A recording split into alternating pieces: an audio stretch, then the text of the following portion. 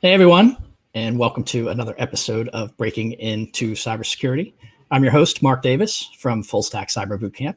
And with me, as always, is Corey Greenwald, also from Fullstack Cyber Bootcamp. Hey, Corey. How's it going, Mark? Good, good. We have another pretty cool episode today, huh? Oh, yeah. I'm pretty excited. Yeah. What are we going to be talking about?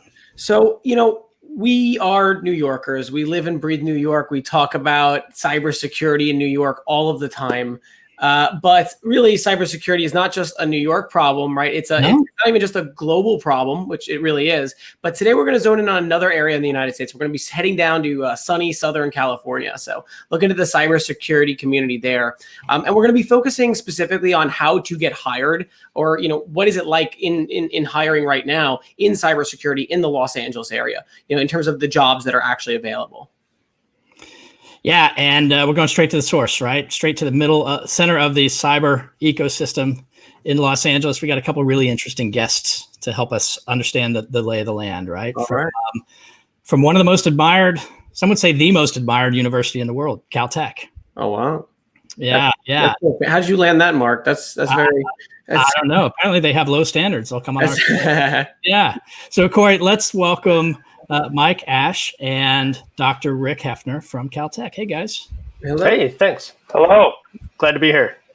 Yeah, so you're surviving are there some wildfires of some sort going on? Yeah. It's a little smoky out here, that's for sure. Although we're in LA, so sometimes it's a little tough to tell.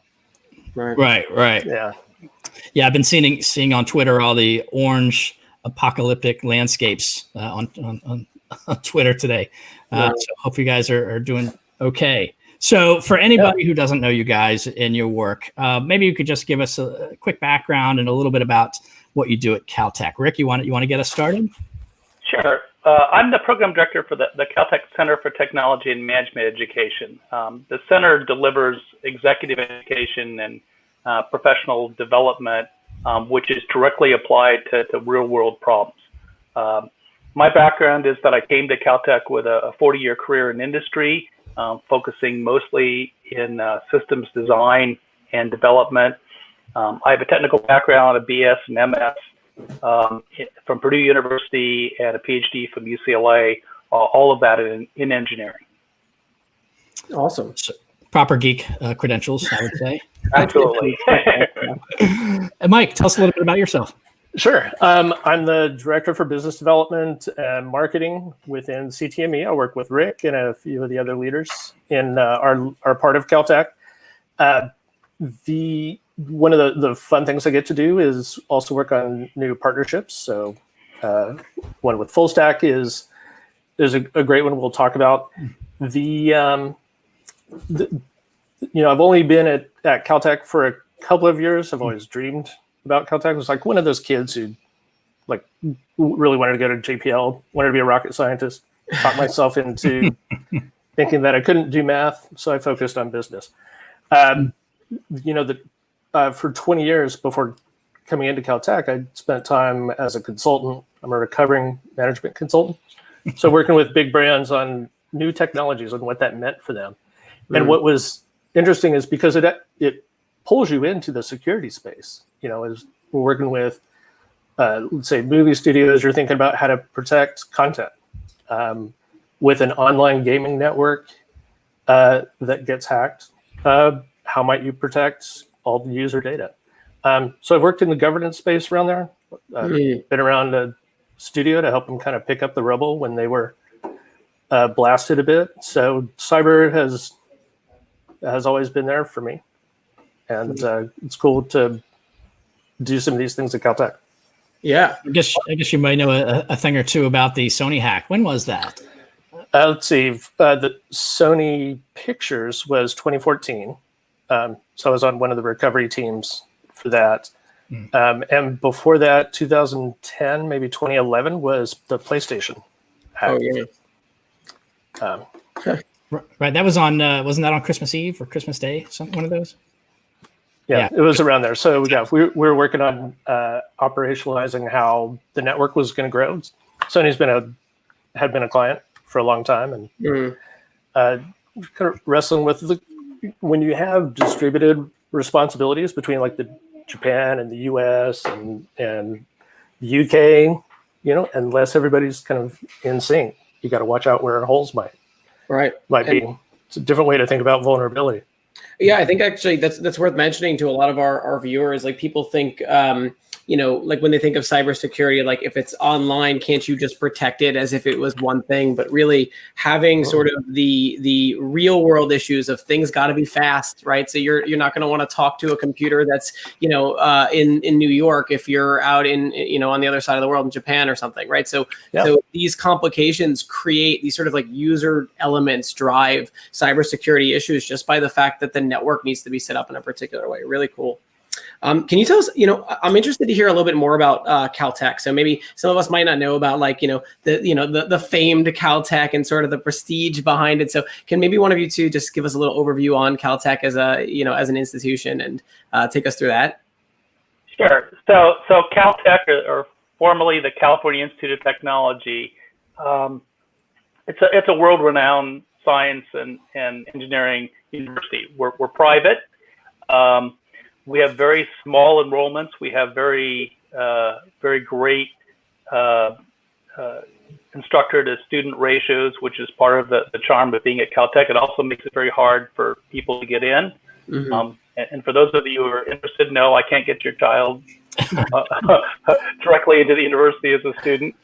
But the university has always been focused on really addressing fundamental scientific questions and really pressing societal challenges. For example, we were the place that the first moon rocks were brought back to for investigation.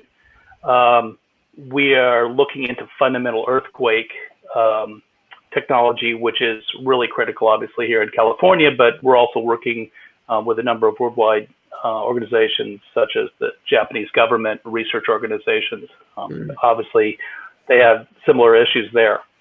One of the things that we do is we also founded the JPL, the Jet Propulsion Laboratory. It actually started as a rocket club for students here on campus. And as they started blowing up things on campus, it got a little exciting to the city of Pasadena. And they suggested that they move way up into the Aurora, basically the hills above Pasadena, and eventually that became JPL. JPL, obviously known worldwide for their work in planetary exploration. They do a lot of work in earth sciences and also space-based astronomy. So pretty impressive place for a geek to be. Lots of interesting high-level work going on all the time. Awesome. Yeah, so when you think of like Curiosity and Mars 2020, those are all run out of JPL. Wow. I didn't know you guys founded JPL. Yeah. I know when I think of like the top engineering schools in the US, there are three that come to mind: your MIT, your Stanford, and your Caltech. But some of the work you guys are doing there in the past and now, like you're doing some work in quantum computing, aren't you? Yeah, I hadn't heard of those other two schools you mentioned, but I know that Caltech is always, a number of different organizations rank schools, and we always get ranked very high, either number one or close to it. I think a lot of that's for a variety of reasons. Because that small ratio of students to faculty, that's kind of a great thing. The other thing is that we have some great endowments. We've had a number of graduates of Caltech, Nobel Prize winners, CEOs of major tech firms, lots of entrepreneurial startups, etc. And so they've been very generous with the university, provides lots of funding that runs some of the world-class labs. We have a number of organizations we work with, companies that basically embed people on our campus to be able to have access to the labs, sometimes to the data that we're using. And I think you mentioned quantum computing. That's been a focus for us, obviously, a big need in industry and an enabler for lots of different industries. And so that's been an area of our research as well. Awesome. Hey, Mike, we can edit this later. I thought you want to talk about Caltech, and kind of a fun fact we're talking about hacking, I might go as far to say, and Rick, keep me honest, in 1961, the Great Rose Bowl hack was maybe the first hacking kind of analog example. So did Caltech really invent hacking? So the story goes, Rose Bowl football game, the night before, Caltech students broke into where there were the cards that everybody in the audience has that spell out a word like Michigan or Ohio State. And then we figured out what the algorithm was, replaced the cards. The participants holding those cards don't know. And then during the reveal on the game, it says Caltech. So I think I've seen this YouTube video. Yeah. It's on Wikipedia. And then there are good like digital hacks, like with MIT, in changing the lights in their building, changing the scoreboards. Right. Yeah, you guys have a long history of tomfoolery with MIT. I understand. It's a silly place. Yeah. Well, that's how geeks win, right? That's all you got. You can't actually win these events, so you have to. It's not like we have an impressive football team. So. Right. Geeks rule. I wasn't going to be the one to say it. I don't know. On your college application, you have to describe your sense of humor. So Literally. Seriously, yeah. Quality. Seriously, you have to show how you're funny. Oh God. The Frank Club is actually an officially sponsored club and receives money from the university for playing pranks. So I guess it's part of our DNA. You know, Mike, you brought up the concept of hacking. So why don't we start zooming into cybersecurity, right? Yeah. I know you guys have a long history. Pranks aside, you guys have a long history working in this area. Before we talk about Caltech's work in cybersecurity, can you guys just tell us a little bit about the cybersecurity community in Los Angeles and in Southern California? You know, it's been a growing need across industry, the need for cybersecurity professionals for quite a long time. It's getting to be to huge proportions at this point. It's really a worldwide challenge. Just you mentioned Southern California. In Southern California alone, right now, there are over 65,000 unfilled cybersecurity positions. Those are the ones we know about, and certainly probably more than that. Mm-hmm. Yeah, I think the. Go ahead. Sorry, I cut you off. No, go, please. Okay. For people watching this, it's maybe useful to also kind of give a lay of the land, right? So, of course, we're in Los Angeles. There's millions of people. There are 200 cities, literally, in the whole area, and they're all different. But we all have citizens, people like you and me, that count on city services to happen, elections to have some integrity, to be able to get power and water and things you need for your own safety, right?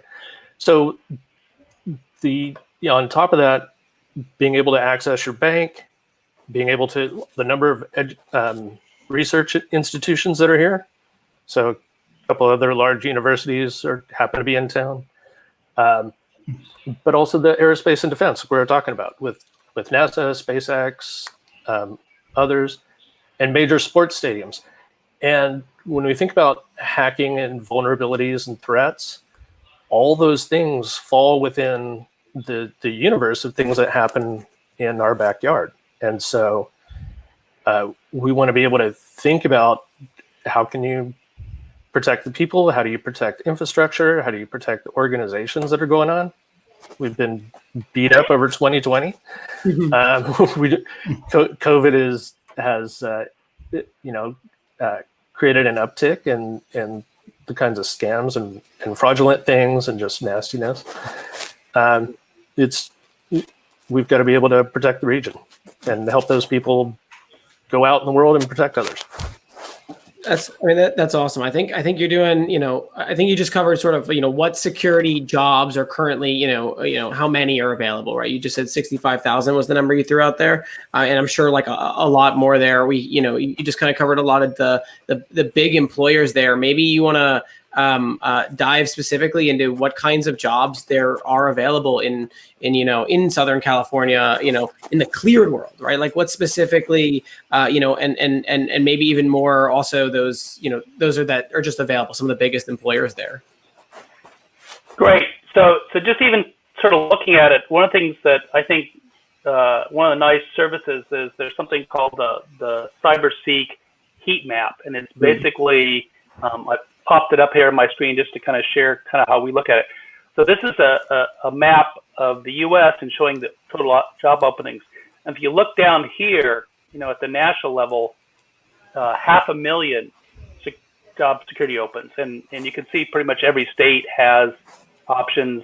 There's California. You can see as of today, 6,715 openings. You could even zoom into like a Long Beach area. Here's 21,000 openings in Long Beach.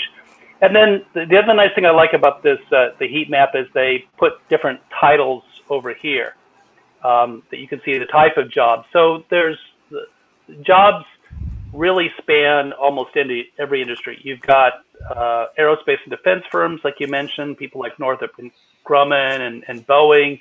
You've got all the high-tech firms, Amazon, Google, Facebook, Deloitte, Oracle, all of them. There are cybersecurity needs in life sciences. Think of all the hospitals. Think of all healthcare delivery systems. Think of all the utility systems, water, power, internet, transportation, internet. Interesting, in the Los Angeles area, Walt Disney Company is one of the big people hiring cybersecurity experts. The mouse is cyber now. It's really tough to name any kind of industry that cybersecurity is important to. Everybody has sensitive data that they have to protect, either that being patient information for a hospital or trade secrets for any company that does technology-related work. Right. So, Corey, you mentioned the cleared world, right? Working in the cleared world. In other words, security jobs that require a security clearance. And oftentimes in the past, that used to mean you needed to have a military background to get a clearance. That is no longer the case. I mean, you talk to agencies like NSA and FBI, and they're actively going to DEF CON and actively trying to recruit people with advanced technical skills in cybersecurity. So Rick or Mike, can you guys tell us a little bit more about the cleared world in Southern California and if there are any jobs in the cleared world down there? Yeah, there has been for many years, and there will always be jobs in aerospace and defense. Just the nature of the work that we've done, and I spent 35 years in that career, and lots and lots of sensitive data. That's true, and those jobs there. What to me is exciting is all the explosive growth in the commercial sectors. The bad guys have started to focus now on corporate espionage. Can I steal trade secrets? Can I steal your database of clients or customers? Can I do something that cripples your business and gives me an advantage as a competitor in a time? So it's really tough to turn on the news these days without hearing about some kind of breach of data with a company that we all know and recognize. I think you just brought something really interesting to light, because a lot of the argument against cybersecurity, and it's sort of I'm not going to say it's a birthing industry, because of course it's been around for a while, but it sort of reminds me of being a web developer 15, 20 years ago, where just some guy down the street knew how to build websites and that's who you went to, right?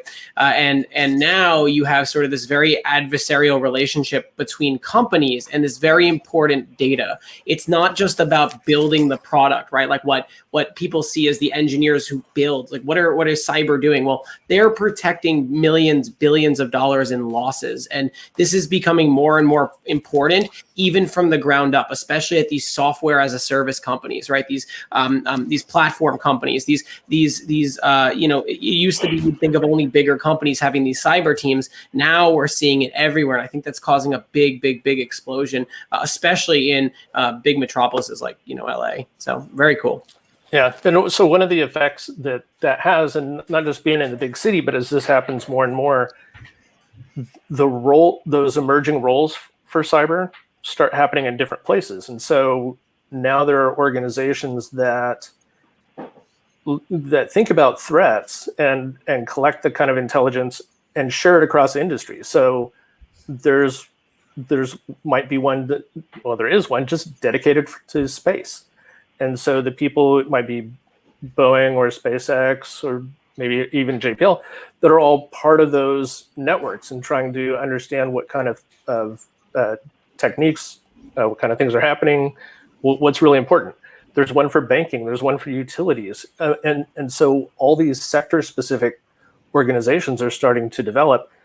And then you have state and federal agencies and even some of the municipalities also. And those organizations are growing the staff that they have and the kinds of people that they need, whether they're defensive folks or people that are testing penetration and checking out what kind of vulnerabilities happen. And so you're right, Corey. A lot of times it was, the initial IT teams and people who just had the experience. Even back in the day, I don't share this very often, but had a VAX machine and some Unix machines. I used to do a few things myself. That's totally changed. It's so easy to hack, as we've seen from some of your past participants, like Alexander. The threat is rising, and more people are kind of coming to call. You said a lot of cool things there. And I think one thing it points to is sort of any kind of developing economy. You even see this, what do all of very developed economies around the world have? It's like high complexity, very specialized tasks. And now you're seeing these companies that are really specialized in cybersecurity for space, cybersecurity for, rating third-party products, rating this, doing that. And I think that sort of allows us to grow. And I think that really leads well into our next question, which is how has the community changed, right? What are some of the popular local meetups and cybersecurity organizations, down there? Yeah. Boy, there's a long list of professional societies, groups like SANS, there's the ISSA, Information Systems Security Association, the Center for Internet Security, ISF, lots of acronyms, Information Security Forum, a number of them always in kind of different domains, focusing on maybe a different type of work or a different type of environment. One of the most active groups is Women in Cybersecurity. It's called WISES. And I really love their model, which is about mentoring women that are entering the field, helping them find positions, helping them grow in their first assignments, giving them opportunities, and they're very, very active in the community. One of the most active, sponsoring conferences, seminars, training sessions, etc. Yeah, I'll throw out a couple of examples that I really like. So one is almost like a grassroots effort. There's an organization in LA, Secure the Village, and there's a person who manages how this group really engages with the community. So through guest speakers, events that happen all the time. It's like a meetup, but it's really all virtual, at least for now. They'll talk about, these are the recent hacks that have happened. These are the patches that are out. It's really comprehensive. So there's news and events and being able to plug people in. And that's really nice to see. There's some other kind of semi-formal ones like meetups with CISOs and others.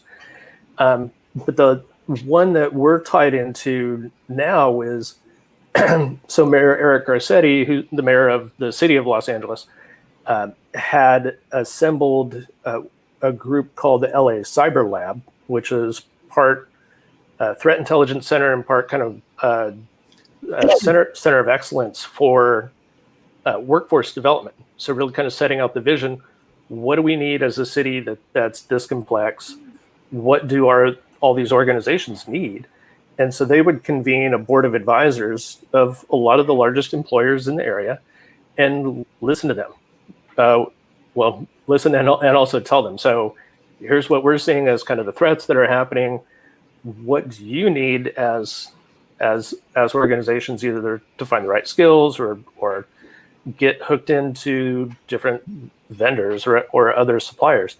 And so these mechanisms to create dialogue around what's really needed are really important, and it's good to see those things happening. So it's a really vibrant ecosystem here. Awesome. It's neat because the cybersecurity community is really about sharing ideas and concepts, etc. It's the good guys against the bad guys, and the good guys team up and share information and opportunities. And frankly, when you have as huge a demand as you have for people, it's partly responsibility for those of us in industry to help bring in more people to help meet the demand. And it's funny because it's a little bit contradictory. So it's really open and sharing for things that we need to keep secure. Just a little kind of paradox. That's the big open source debate, right? Like, is it better? And for our viewers who aren't aware of this, it's like, is it better for a company to be very clear about sort of the processes they're using and transparent, or in the case of certain operating systems, be very open about the code that's in there, so that anyone can look in, anyone can say, hey, is there something going wrong with this, right? And actually make a patch or a fix, even though they might not have been part of the product. Or is it better to keep your door shut so that no one can see and no one can even think about what's there, right? Sort of the Apple or the Microsoft approach, right? So you kind of have both ends of the spectrum, and I think it's always an interesting debate. But I think for the good guys to succeed, we have to talk as much as we can. Yeah.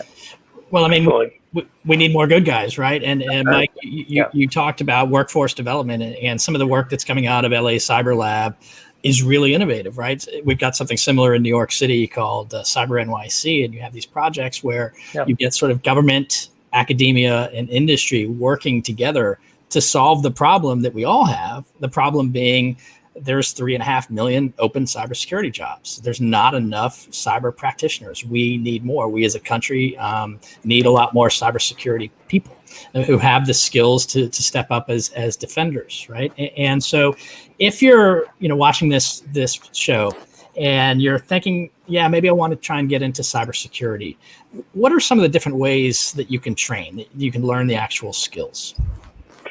So it's really changed a lot over the last decade or so. I think you kind of mentioned it earlier. Traditionally, if you wanted to get into cybersecurity, you took a job in the military, and they trained you in military systems, defensive systems, etc. Then you started to see the commercial world pick up a little bit. Many people would pursue like a traditional bachelor's or master's in computer science, maybe especially in computer security. Today it's a little different. At least a quarter of the jobs that are out there as open positions don't require even a bachelor's degree. Companies are looking for people that have specific skills and knowledge, but they're finding one of the most effective ways to do that is to acquire the skills in a very customized, specialized program, something like a cybersecurity bootcamp. And so increasingly, those are the people that are coming out into the industry now. Yeah, I think that leads really well into sort of the next big point we have is like, I know Caltech is sort of starting a cyber bootcamp, right? So maybe you can tell us a little bit about what this Caltech cyber bootcamp really is. Sure. So we've been watching this trend and wanting to help in terms of addressing the need out there. And so we have partnered with a company called Fullstack Academy, right? One of the longest running and most successful boot camps in the nation. And we really envisioned a world-class program for people that are entering the cybersecurity profession. So the way that this boot camp is designed, it's either a full-time program, maybe somebody who's trying to develop a portfolio as fast as possible, or as a part-time program where somebody maybe is currently working in the field, but looking to transition to something with maybe more potential or something that they might enjoy more. Program that we designed together is very comprehensive, covers all the key topics, securing, monitoring systems, networks, applications. Also, in these kind of virus times here, it was important that the program is fully online. So, and then I think especially important for us, we like to solve real world problems. And so we've made sure that the instructors are all people with very practical expertise in all the different aspects of cybersecurity.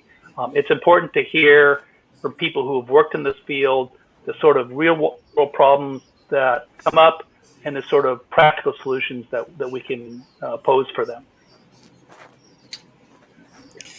Corey, obviously people may not know, you're the lead instructor for Fullstack Cyber Bootcamp. You're gonna make me blush, Mark. Stop. So you developed the curriculum that, of course, we're using at Caltech, and you lead a team of instructors as well. So maybe you can tell us a little bit about our approach to teaching cybersecurity. Sure. So I think well, let me start and take a step back and talk about Fullstack's pedagogy as a whole. And I think when you're building a boot camp, it's a little bit different than any particular even secondary education or university, in the sense that everyone who is there because they want to be there. They're not there because they had to be there for college credit or because mommy and daddy said they had to go, right? They're there because they actually want to be there. And so you have this sort of culture that's created in the boot camp space, and I think that's something that's really taken off. The second thing is that you have to be afraid to not be wrong and be adaptable to curriculum.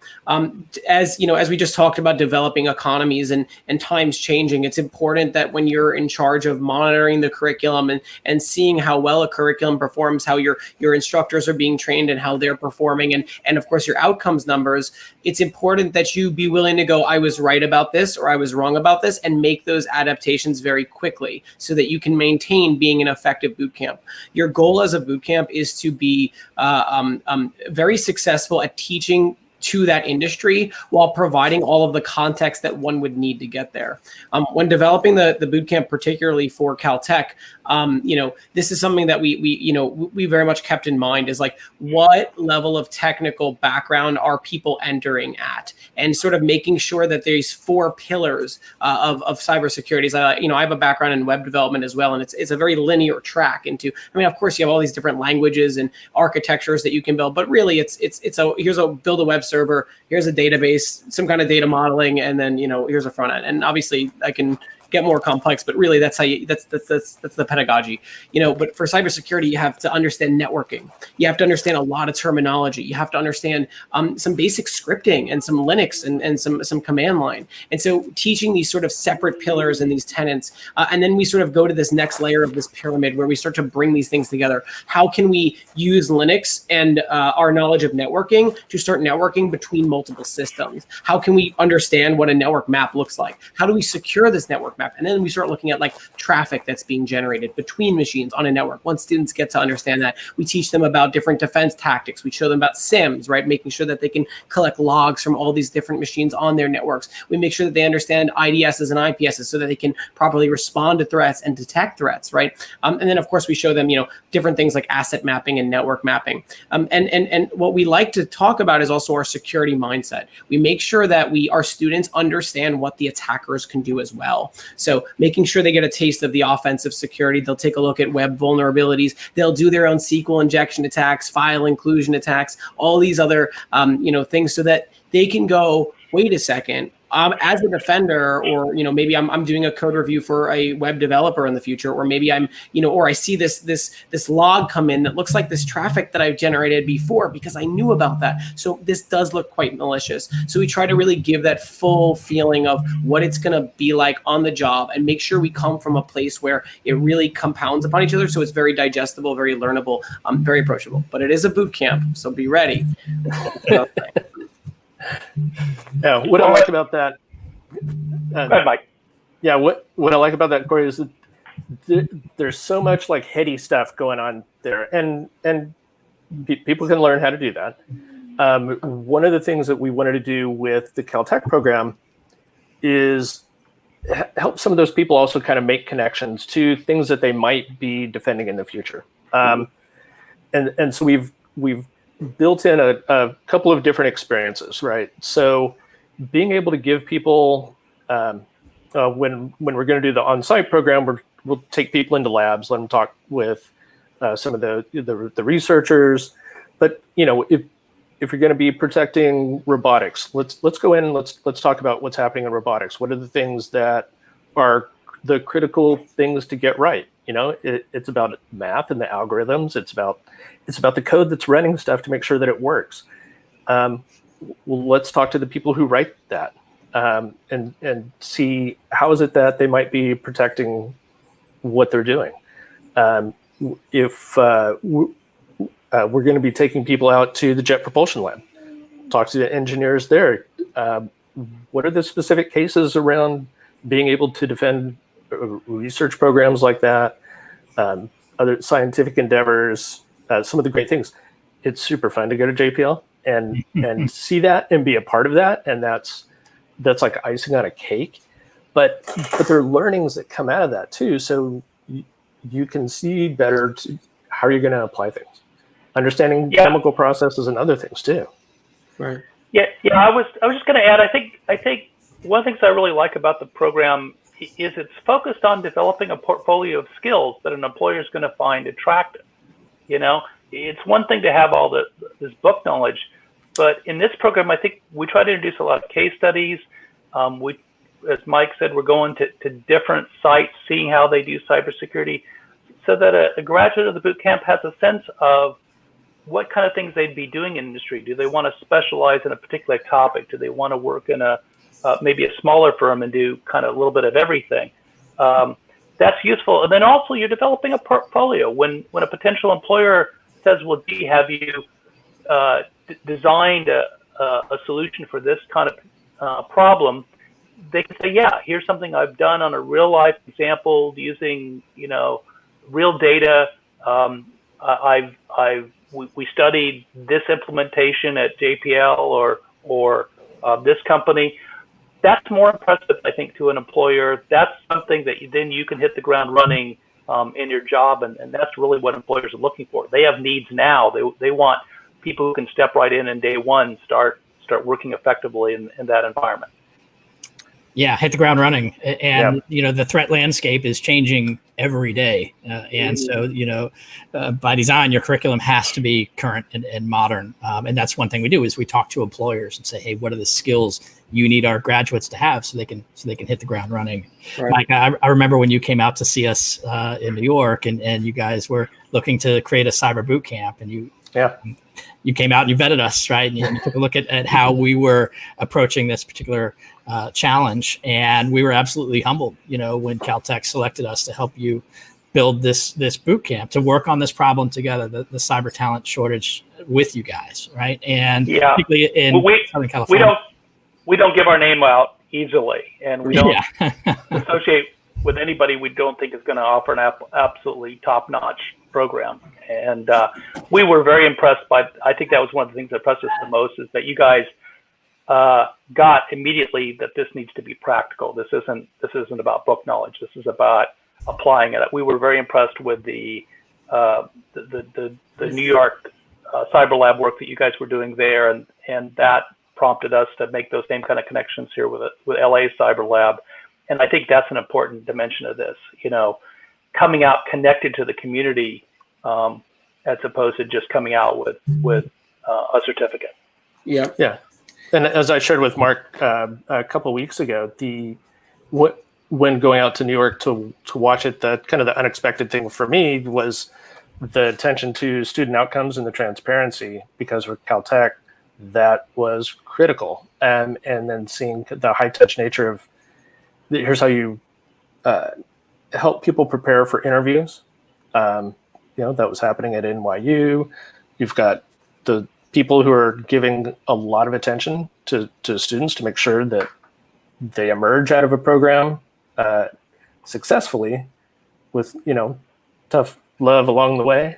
That was important. So the integrity of the program was really keen. Yeah, there are a lot of boot camps out there, quite honestly, and I'd encourage people who are considering, a cybersecurity boot camp to really look at not just what are the topics covered, because the topics covered and most of them are pretty similar, but what is the experience? How does the bootcamp actually prepare you and connect you with the community so that you have the job opportunities when you come out, you have an understanding of what sort of jobs are out there so you can make reasonable choices about what you want to do. That said, I think one of the exciting things about cybersecurity as a field is you can start out in one direction and then continue to go in different directions as things interest you. That the foundation that you get in the boot camp, the foundational skills prepare you for lots of different types of work and lots of different types of environments. So it's a very, I think it's a very useful background to have. Right. Well, I definitely want to, second that. I encourage, everyone to shop around and always look. But I also want to, help our viewers learn a little bit more about the Caltech Cyber Bootcamp. So where can people, learn more, and how can people learn more about this program? Well, let's see. Let me pop up my screen here and just share. We have a website as part of the Caltech site specifically for the boot camp. And so if you go to that website, you're going to see lots of information. You can download syllabi and things like that. You can find more about different events that we have. We try to have lots of information sessions because I think it's important to understand what the career is like. So we bring in professionals who are working out in cybersecurity today, and they talk about their experiences. How did they get there? What skills are they using? How satisfying has their career been? So we try to sponsor a number of these events, and we put all that information up on the website for people to access. Awesome. Yeah, so it's bootcamp.ctme.caltech.edu. And this is, we've been working together building this boot camp since pre-COVID days, right? And now it's becoming real, right? We've got the first cohort starts in less than 2 weeks. And Corey, remind me, what incredible instructor do we have teaching the first cohort of Caltech? Stop. That's why it's weird that I'm asking these questions. I'm like looking at this class. I'm like, I'm asking people to learn more to come to my class. So So I will be working with these students starting the following Monday. So I'm pretty excited to be working with them. I'm honored that you all selected me, and so this will be a fun experience, and honestly, it's going to be a really great partnership, and I'm excited to see what these students bring to the table. So it should be fun. Yeah, and as a matter of fact, you've got Veer Dedia helping you on this cohort as well. What's Veer's background? Veer is, obviously he's former Googler, right? So he's got that strong arm behind him, and he's been in cybersecurity. Also has a little bit of a web background as well. Very strong in scripting. It's sort of our defensive head here. My background with my OSCP and offensive security, and his sort of defensive pairing and work at Google kind of created sort of our original dream team here at building out this program. So keep an eye out for him, in a couple weeks. And we'll be working together closely on this cohort. Yeah, really excited for this first cohort. As are we. We've I could talk to you guys for hours. Alas, we do need to end at some point. However, before we do, there's something we like to do at the end of every episode, which we call show and tell. It's that time. And, right, it's time. It's time for show and tell. We need like an audio. You know what I'm saying? That's like, we need a sound effect. We got to get our team on that. So show and tell can be something that is or is not related to cybersecurity, just something we want to geek out a little bit on. And Rick, I think you've got something to show us. I can't really think of anything that we do at Caltech that's interesting to show you. Let's see. Actually, maybe I'll show you a little video of something I was looking at this morning. So this is some of the research. If you go to the Caltech website, you see lots of these kind of things. But I thought this was an interesting one. This is just a little video showing drones flying in formation. Now, that doesn't look too interesting yet. But think about all these drones being autonomous. So they're all controlling their own flight. They give the idea of some patterns that they want to go. You can see different types of drones in there. So you've got the complexity. You've got wind in this area, so they're compensating for that. You probably seen something like this in the entertainment world, like at a halftime show or something. But there's actually a lot of really interesting scientific applications for this kind of autonomy. This idea of drones working together. Think, for example, a Amazon delivery system, right? Where you've got packages instead of Amazon trucks everywhere. Now you've got drones everywhere. Well, sky fills with drones. They're going to have to recognize where each other is, obstacles, avoid planes, avoid people, that sort of thing. You've got similar issues with spacecraft now. Caltech is doing research in sending up these sort of mini spacecraft, if you will, very small spacecraft that fly in formation and then maybe together form a giant telescopic mirror electronically. A mirror or a lens much bigger than you could form physically, you can now form by simply spacing them out, very precise visions. Obviously, you've got differences in each of the satellites you have to compensate for. So I think this is the future of looking at autonomy. Now throw cybersecurity against all of that, right? Yeah. You wouldn't want somebody to be able to hack that and for malicious intent, crash into planes, crash into people. We've reached that stage now where when there's a cyber attack and there's a problem, it destroys consumer confidence, right? What if you could no longer trust Amazon delivery to be a safe, secure way to deliver, right? You're crippling now commerce. So these kind of big society issues are the sort of fun things that we get to do at Caltech on a daily basis. Right. You have this world of the Internet of Things now, and you forget that because everything is now networked, it is now hackable. It is now like your fridge a couple of years ago was just a fine and safe place to go, make a sandwich. But nowadays you never know, right? Like it's very scary. I mean, maybe it's a little dramatic, but watch out. But it really is. I think there was a good episode about either Darknet Diaries or Hackable. I don't want to call too many other shows out here, but they had a really good episode on actually drone hacking, and it is a really scary thought. I mean, even at the simple level of being able to steal your package or something, right, by forcing it to deliver to another house or something. But anytime something is networked, right, you have this sort of security risk inherently, and you have these companies that are like, ooh, let me build this one device that does this one thing. And they're small, and they're not thinking about these security impacts, these vulnerabilities. There was a big one with the dog feeder, the automatic dog feeder thing. I don't know if you know this is the thing that I forget what it's. I don't want to name the company, but it's they feed. You get it. You're away, you want to feed your dog, pretty standard problem. Anyway, so they were able to realize though, because you wanted to watch your dog eat the food, people were able to hack the camera, take pictures of the house. It was pretty bad. And then when they patched it, the guys didn't even really know what they were doing because they were they built a cool device, but they didn't really focus on the security end of it. So, I think it's really scary to think about some of the cybersecurity effects of these really cool new technologies. Well, and even so, we think of the loner in the basement with their computer, and a hoodie on, right? But these days, these are some very sophisticated operations.